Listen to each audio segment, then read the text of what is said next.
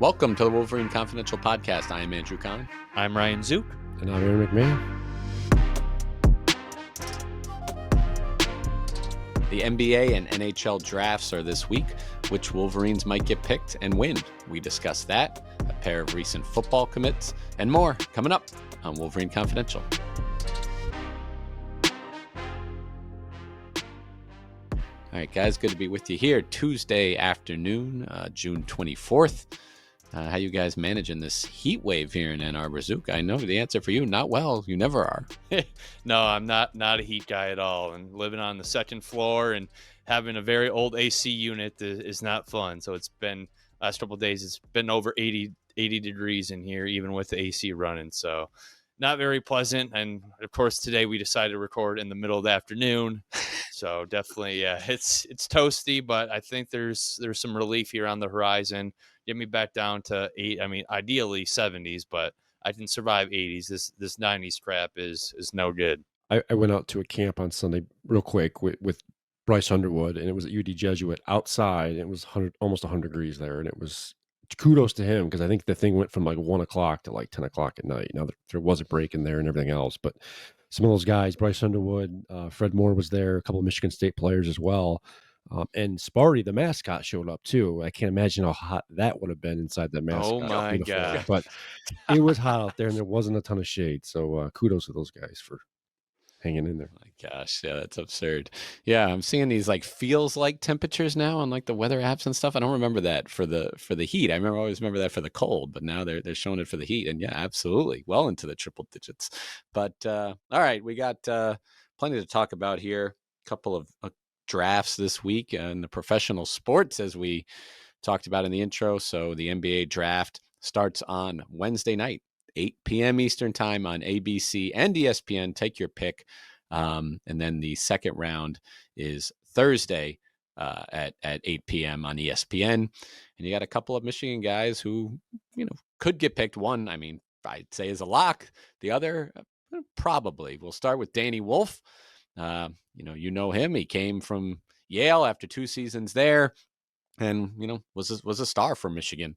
Started all 37 games in the front court, but, sort of positionless in a way because, he did initiate Michigan's offense at times.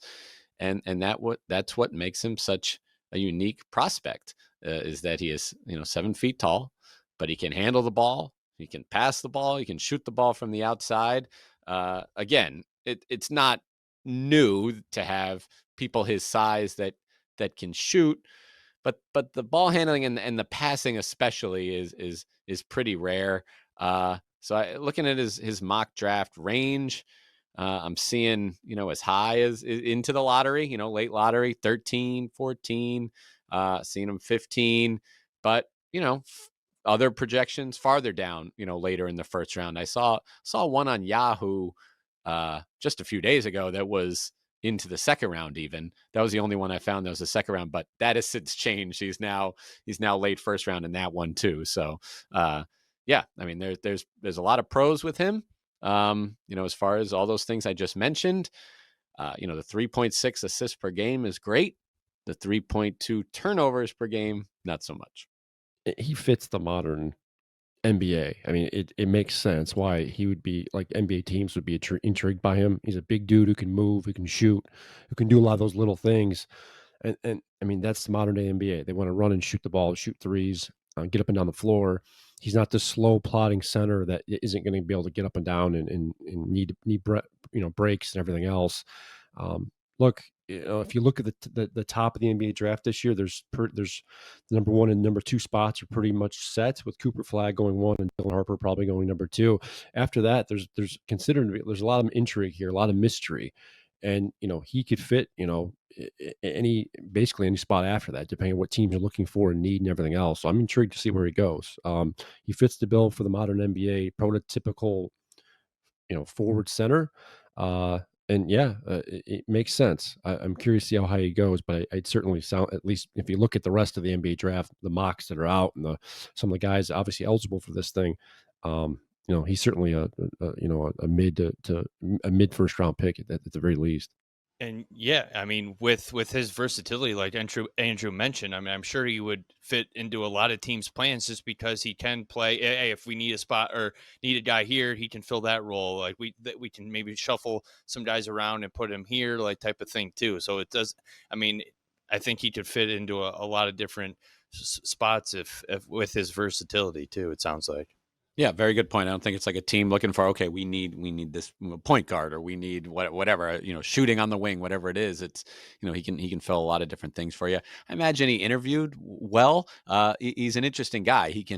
I feel like he can, again, talking to people close to him for a story I did during the season, he can rub people the wrong way sometimes because he's quiet. He can be quiet, and he was, thoughtful in his answers, throughout the season with the media. He doesn't just necessarily agree with what you say. He actually, thinks about it and, gives you an honest answer. Not combative in any way. I'm not suggesting that. Just, yeah, very, very thoughtful and, yeah, kind of an insightful guy, but sometimes, yeah, just a little quieter, but his teammates really liked him. And yeah, I imagine that shine positively in his interviews with teams. The other guy is his front court mate, Vlad Goldin. Again, started every game for Michigan. Was a first team All Big Ten guy after 3 years at Florida Atlantic and one season at Texas Tech where he didn't play all that much. Michigan's leading scorer at 16.6 points a game, had 7 rebounds a game, 1.4 blocks per game, 61% from the field. Yeah, I've seen the range for him. Pretty much, on the later side of the second round, including like multiple mock drafts that had him at number 59, which is the last pick in the draft this year. In case you're wondering about that, there's still the 31st round picks, only 29 second round picks this year because the Knicks were docked a second round pick for some free agency violation a few years ago. So that's why there's only 59. And I've seen him at that. I've seen him as high as like, the late 40s, 48, I think one had him at. But yeah, with him, it's a little more, you know what you're getting, which is a, possibly a, backup second or third string center. Almost all of those shots, that high field goal percentage came in the paint. He did, show off his 3-point shot a little bit this year. He was the rare college player. He had not attempted one, in his 117 games, I think it was, before coming to Michigan. Took 33 last year, made 11 of them. A lot of those came in like this short stretch in like late December into January. I think he made 3 in one game. He, 2 in another, when, just a little string of success there. And then he cooled off a bunch. He's really only just taking like 1 a game the rest of the way, and often missing that one. But yeah, so that's not really his game. It's inside, but it's setting screens and, yeah, some questions about the defense and the rebounding, but yeah, a big body who's got great hands. You saw, all those passes he caught from Danny Wolf this year. So yeah, again, talking with some draft experts, they believe that yes, he definitely could get drafted and find his way onto an NBA team. If not, he'll at the very least get a summer league deal and maybe a 2-way contract out of it. I was just gonna say, I was real impressed, all season really with his vision and his hands and just doing the little things well. Yes, he doesn't have the robust perimeter shooting that maybe NBA teams would prefer, but I got to think he'll get an opportunity. There's no doubt about it. And again, if you can get a 2-way deal and it makes a noise, whether it's in camp or in the G League, and if there's an injury or two in the roster, that opens things up for you. So second round makes sense to me. I'm a little surprised. I thought maybe he'd be a little higher than where he's at right now in terms of the mocks, but yeah, he's got enough of a resume, I think, to certainly get on a team. It's going to be up to him now whether he can stick, and obviously some of that's out of his control, right? Like with the rosters, who drafts him, what they need, what they have on the roster already. It's not ideal being a 2-way guy. They don't make a lot of money. It's a lot of work having to go back and forth sometimes. But no, if you're in his spot right now, you're just hoping to hear your name called. And whether it's mid, early, late second round, you just want to hear your name called to A, get yourself some guaranteed money, and B, try and get a summer league invite and to stick on the roster this fall. Yes, did ask him about that at the combine, and he was open to that. Obviously, he's from Russia. So yeah, exactly. Where he'd be willing to go. Again, he kind of gave the answer that right now it's trying to make the NBA and one step at a time. But I know he's got kind of multiple agents, like one for the U.S. and one for kind of overseas stuff. So yes, he is open to that if that's how things fall for him. No Michigan players drafted last year. That ended a 3-year run where they had two guys in each of the previous 3 drafts get taken, but none last year. But that drought should end this year for sure, and most likely on Wednesday night with Danny Wolf. But stay tuned. That starts again Wednesday night, 8 p.m. Eastern time. Andrew, one more thing too on the combine. You mentioned Danny Wolf in the interview and everything else. Do you think both players? I'm trying to remember where they were at going into Chicago in the combine, but do you think the combine helped both of them in some respects? I think the combine in particular, not great for Vlad, but I think in the workouts he was able to show more things. Like the combine, it can be tough for players like him because it's kind of a guard dominant. The scrimmages, which he did participate in, the guards have the ball in their hands and they're not necessarily like looking to feed the post like Michigan did with their set plays. They have very limited time to get together. They're not running like intricate sets, or it's somewhat just pick up ball, go out there and play. So yeah, some of the little things he does with setting screens for guys, or again getting the ball in the paint and working one-on-one. It couldn't really shine through in that setting, but teams, when they get you in for their workouts, they can control it a little bit more and try to see those sorts of things would would be able to be highlighted a little bit more. And obviously, as you mentioned, he's got plenty of tape that shows all of that off. Danny, again, yeah, he sat out the scrimmages, but and his shooting wasn't great in those, but again, had a chance to alleviate some of those concerns in individual workouts as well. But yeah, he's a bit polarizing as a prospect just because of the things he can do, but some of his flaws. And yes, it definitely will be interesting to see where he lands and ultimately what kind of career he has. All right, so we'll get to that's the NBA draft preview. We'll get to the NHL draft before we're done, but let's shift gears here and talk football because there's been a couple of recent commitments since we last talked. Let's start with Titan Davis, a defensive lineman from St. Louis who committed to Michigan recently. Yeah, Ryan, why don't you tell us about him? Yeah, I mean, coming off the biggest recruiting weekend of the year for Michigan with Victor's weekend. I mean, most of Michigan's current commits were on campus for their official visits, along with several top targets, and that included Titan Davis, the 4-star defensive lineman out of St. Louis, ranked just outside the top 100 nationally. And this, I mean, he has over 30 offers, and it developed into a Michigan versus Alabama recruitment. Were his 2 finalists. He took an official to Alabama in late May, and then yeah, this Michigan won this past weekend, and the Wolverines seemed to hit a home run with him. We're able to get him to shut down his recruitment on Monday, and yeah, I mean, pushing 6'5", 270 pounds. He's got versatility, can play really anywhere along the defensive front.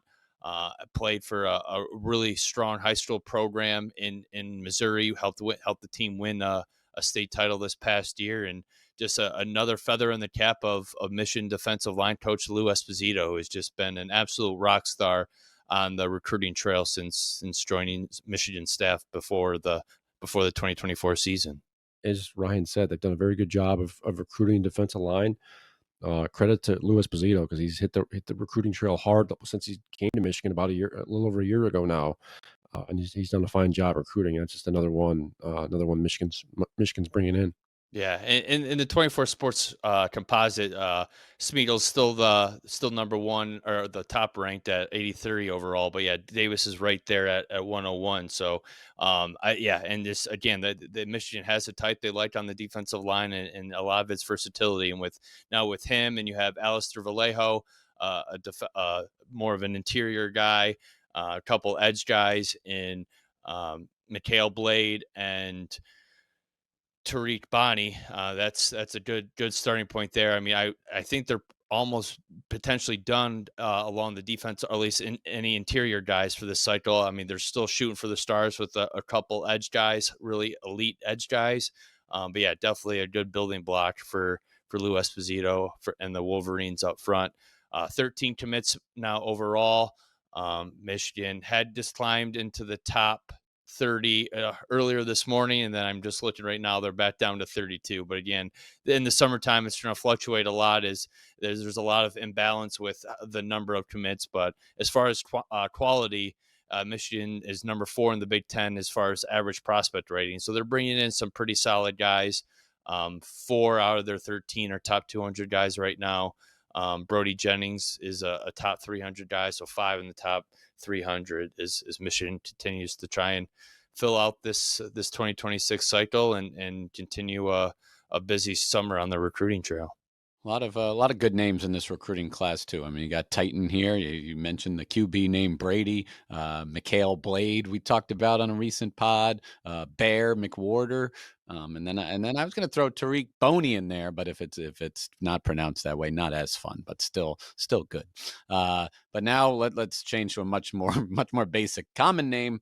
Jonathan Brown, and that's a running back from Columbus that committed to Michigan also recently. Yeah, how did that come about? Yeah, a little late night commitment, early morning commitment on just after midnight on Saturday, early Sunday morning. This one kind of seemed to come out of left field. It's not a guy. I mean, obviously, Michigan's number 1 running back target has been Savion Hitter from Louisiana, from Virginia, the number 1 overall running back in this class. And it was I'm like, oh wait, Michigan got a running back come in. It's like, oh, Jonathan Brown. I didn't really know much about him. He only had he wasn't ranked in the 24/7 Sports Composite when he announced. He's since now ranked by rated by 3 of the 4 recruiting services. So some more eyes are he's getting some more eyes on him now. But yeah, it seemed like this one really developed really quickly.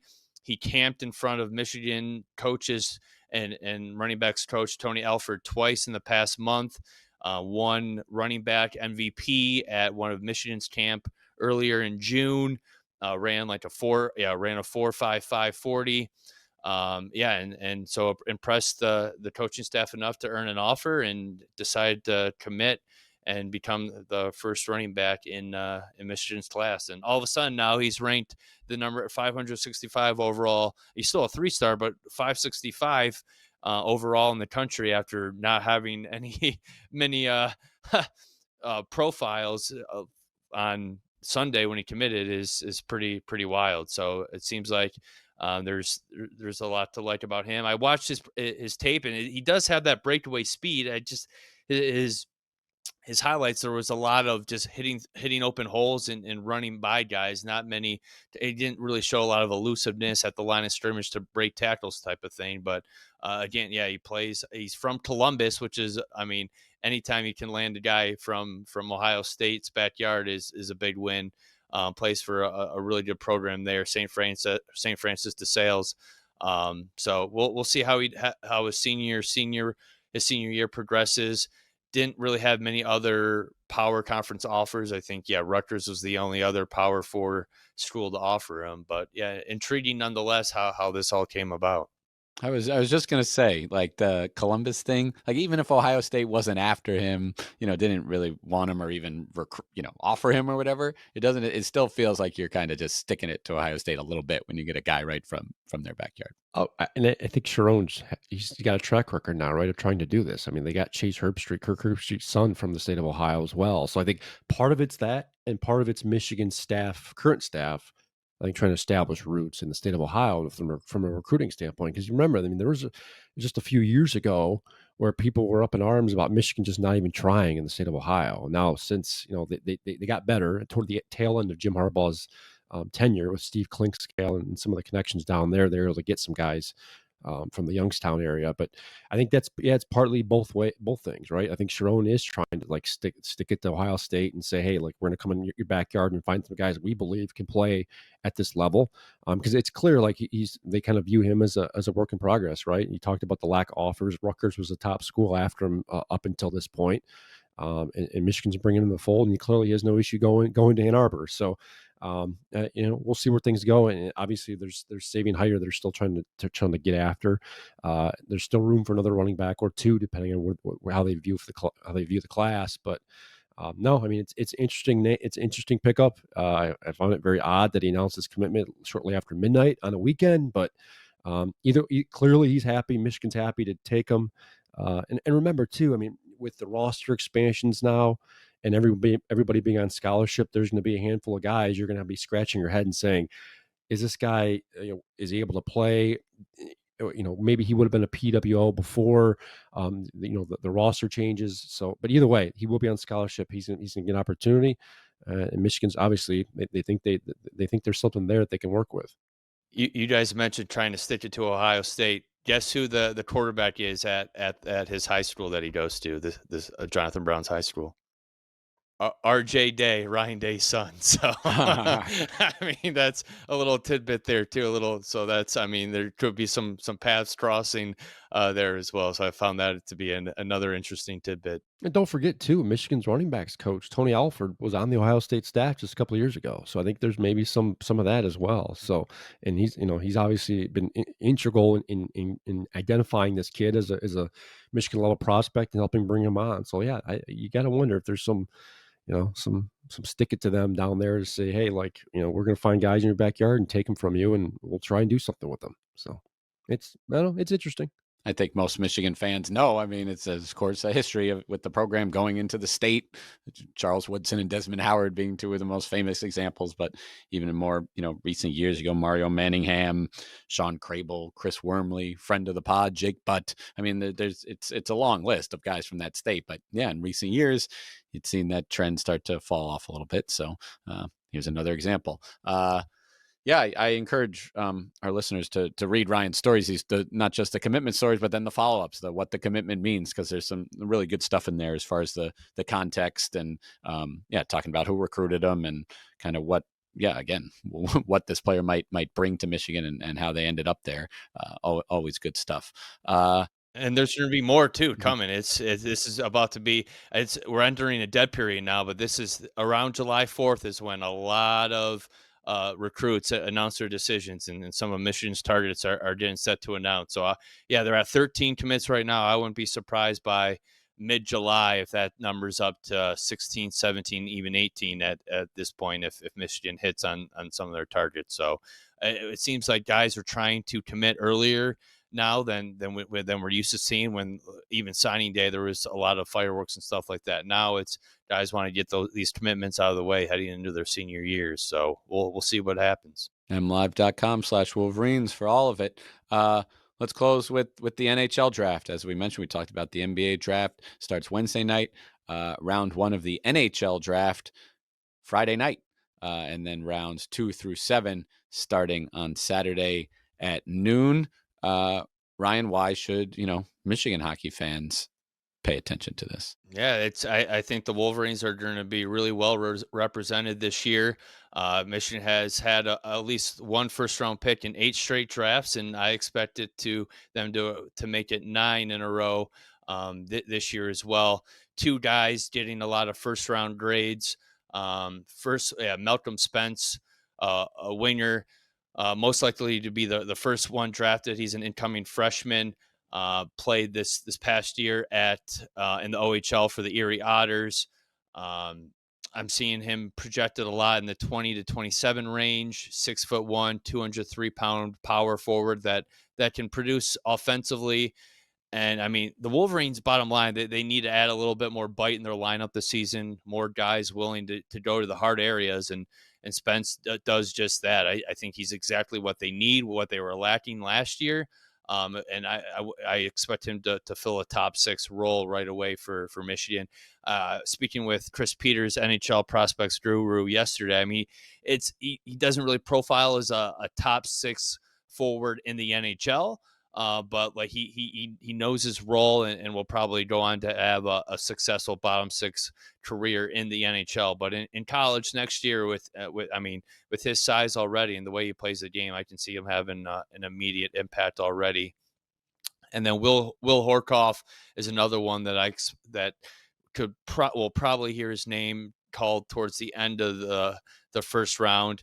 I mean, he's a guy that joined the team mid-season last year when with Michigan having all the injuries that they had and they were low on bodies. They basically called him up and signed him midway through the season, and he played in 18 games, chipped in a little bit offensively with 4 goals and 6 assists. Another big body at 6'4", nearly 200 pounds. But he needs a lot of work on his skating. I mean, teams will be looking at his ability to protect the puck. He's great in front of the net and on the power play, very high hockey IQ. But again, needs a lot of work on his skating and doesn't have the offensive ability of some of the other forwards in this draft, but has the NHL pedigree. His dad, Sean Horkoff, a longtime NHLer. So yeah, Horkoff's going to play a big role for the team heading into a sophomore season next year. Set a combine record or NHL combine record in one of the jumps here a couple weeks ago. So yeah, athletic player. Yeah, expect him. Yeah, maybe in the 27 to 34 range. Probably for him. And then incoming freshman Cole McKinney, during a center, averaged a point per game for the U.S. national team development program last year, and we'll likely hear his name called early in the second round. The good thing for him is he doesn't have to come in and be the number one center right away, with leading scorer T.J. Hughes set to return for his senior year. I mean, Chris Peters compared him to kind of a poor man's Dylan Larkin, Matty Beniers when they were at Michigan, 2 highly impactful freshmen when they were here. I don't know if McKinney has that type of potential or if he's going to be that impactful as a freshman, but still a really intriguing, talented forward coming in to just beginning his college career next year. And then the other guy that is probably going to get called pretty or drafted pretty highly is goalie Jack Ivankovic. A undersized goalie at 5'11", but has drawn some Dustin Wolf comparables. The goalie for the Flames, who had an outstanding rookie season, tracks pucks well, really good at anticipating the play, which you kind of need to be as an undersized goalie.